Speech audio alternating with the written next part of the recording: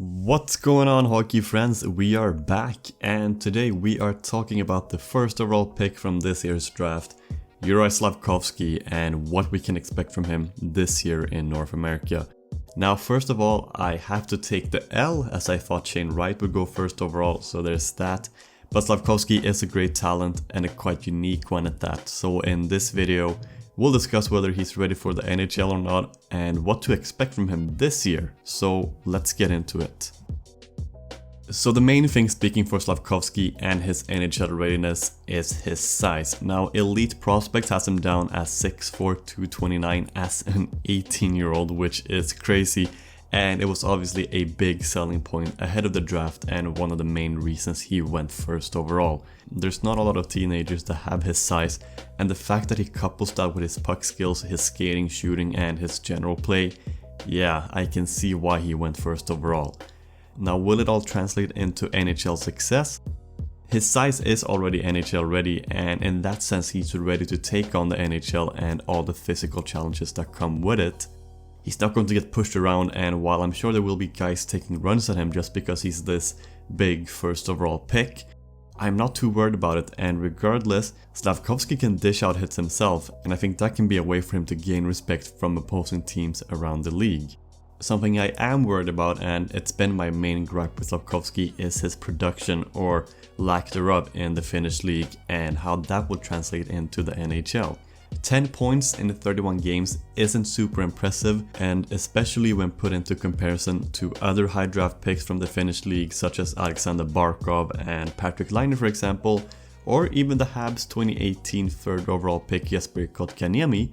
They all had higher points total, but if we look at the under 20 league in Finland, where Slafkovsky had an 11 game stint, he had a point per game of 1.64, which is very impressive and obviously way too good to keep him in a junior league for his draft year. Now, we all probably know Slafkovsky better from his international play, and for good reason. An incredible Olympics where he scored 7 goals in 7 games, was named tournament MVP, and helped Slovakia capture a bronze medal. Now, 7 goals is very impressive, and he had a really good tournament against men, but he shot at a very unsustainable 29%. And I mean, that can be pretty typical for a short tournament, but in a long 82 game season, it's not going to work.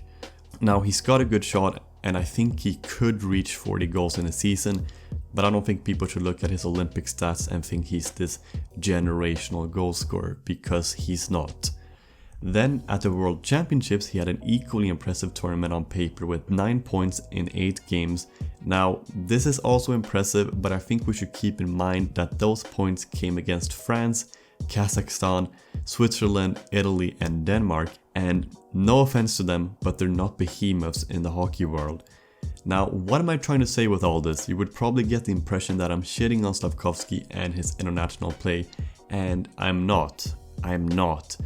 But I do think it's a bit overrated. But I'm not saying he's bad, and I don't think he's going to flop. But I think we need to temper expectations a bit, because I don't think he's going to come into this Montreal team and put up 60 or 70 points in his rookie year. I do think he can be a consistent 70, 80 point guy in a few years, but it's going to take some time before he gets there. It's easy to get distracted by the stats, and it goes both ways, and you need to contextualize it. Just like I did with his Olympic and World Championship stats, we can do the same with his Liga stats with TPS.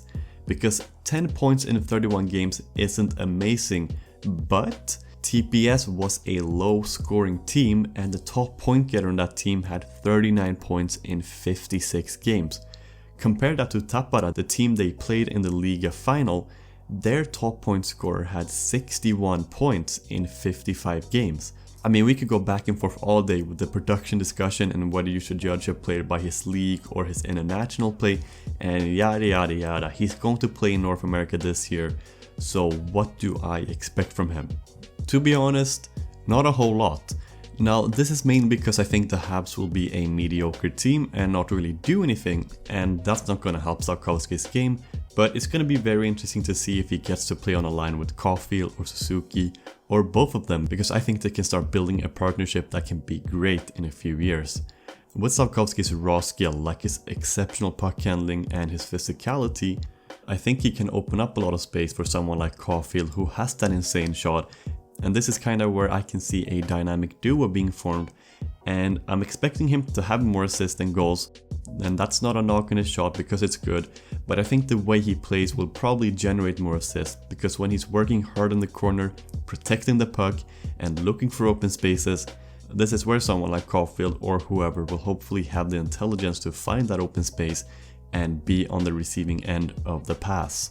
Slafkovsky will generate a lot of chaos, and you never know what will happen in the aftermath of that. And if I'm going to predict his points total for the upcoming season, I'm gonna say high 30s, low 40s, which is good for an 18, 19-year-old coming over from Europe to play on a team that isn't very good.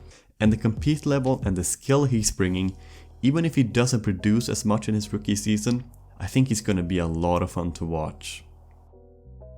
So guys, talk to me in the comments what you think Slafkovsky's rookie season will look like. And just some channel news here, name change is coming up in a few days, and yeah, be on the lookout for that, and I will see you in the next one.